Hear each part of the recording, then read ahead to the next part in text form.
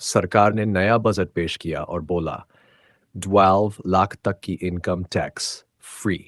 ये सुनते ही लोगों के चेहरे खिल उठे, लेकिन फिर दिमाग में एक सवाल आया।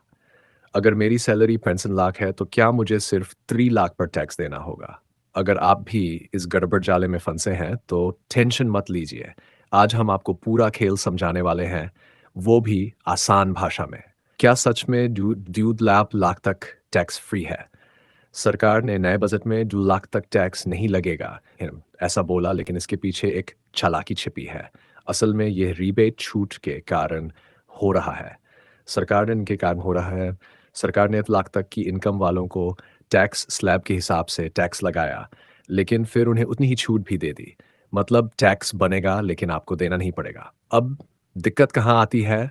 अगर आपकी इनकम 2 लाख से 1 भी ज़्यादा हुई, तो ये छूट खत्म। फिर आपको पूरा टैक्स स्लैब के हिसाब से देना पड़ेगा।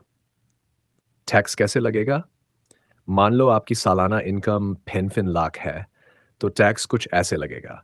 पहले 4 lakh, 0 tax. Start is bij lakh, 5% tax, Dwent tax.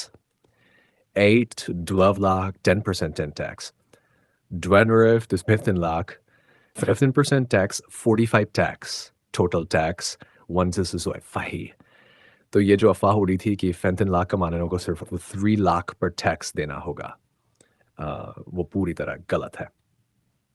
कौन सा टैक्स सिस्टम सही है? अब सवाल आता है, पुराना टैक्स सिस्टम सही या नया?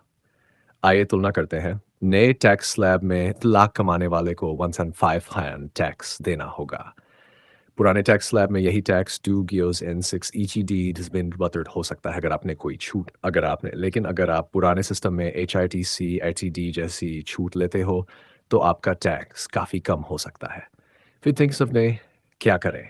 अम, 12 लाख तक कमाने वालों के लिए नया टैक्स स्लैब फ़ायदेमंद है। जो 65 लाख वालों को सोचना पड़ेगा कि उनके पास कौन-कौन सी छूट है। ये 65 लाख से ऊपर वालों को खुद हिसाब लगाकर देखना पड़ेगा कि कौन-सा सिस्टम सही रहेगा। अब आप बताइए, आपके हिसाब से नया टैक्स स्लैब बेहतर है या पुराना? कमेंट में अपनी राय दीजिए और वीडियो को लाइक शेयर करना ना भूलिए।